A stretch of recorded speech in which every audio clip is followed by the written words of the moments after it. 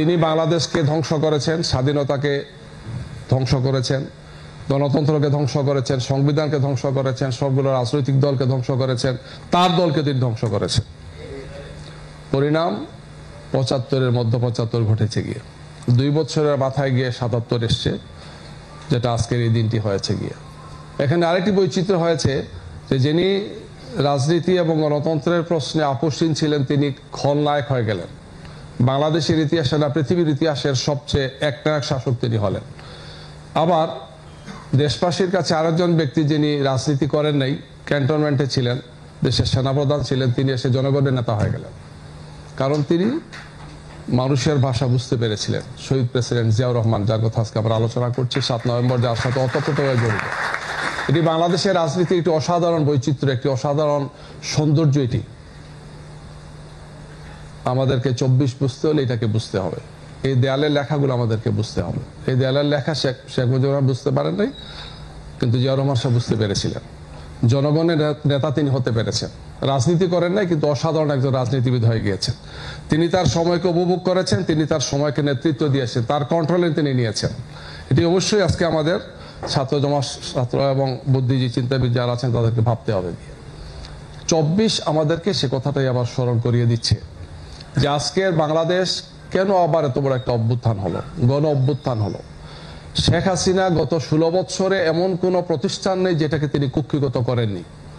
বাংলাদেশের সেনাবাহিনী, বাংলাদেশের আইন শৃঙ্খলা বাহিনী, পুলিশ, র্যাব ইত্যাদি ইত্যাদি, সিভিল প্রশাসন, সাংবাদিক, ব্যুরোক্রেসি, মিডিয়া হাউস, ব্যবসায়ী, কোনো কিছুই তার নিয়ন্ত্রণের বাইরে ছিল না।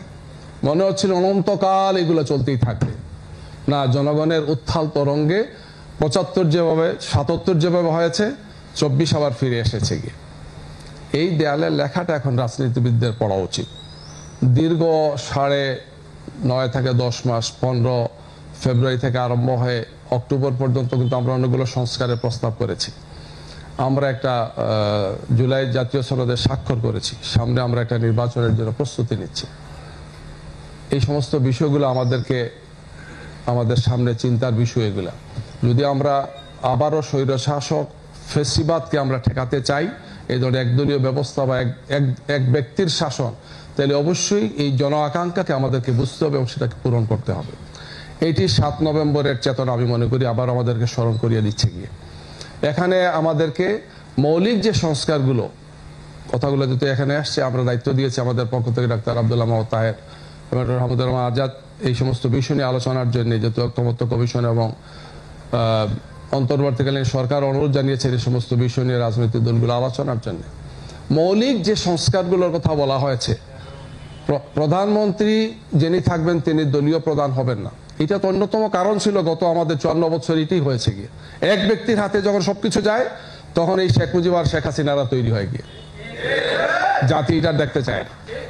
এটার জন্য আমাদের মৌলিক সংস্কার, 15টি সংস্কার প্রস্তাবে নোট অফ ডিসেন্ট দেয়া আছে, এর মধ্যে এইটি একটা অন্যতম।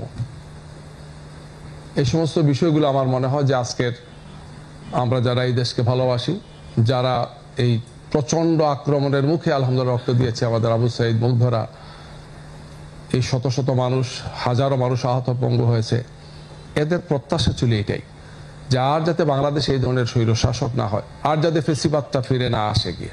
এই জন্য এটার আইনি ভিত্তি সহ সামনে নির্বাচন আমাদেরকে করতে হবে। তাইলে আশা করা যায় যে এই সিস্টেম আমাদেরকে কমপক্ষে স্বৈরশাসক রূপে গিয়ে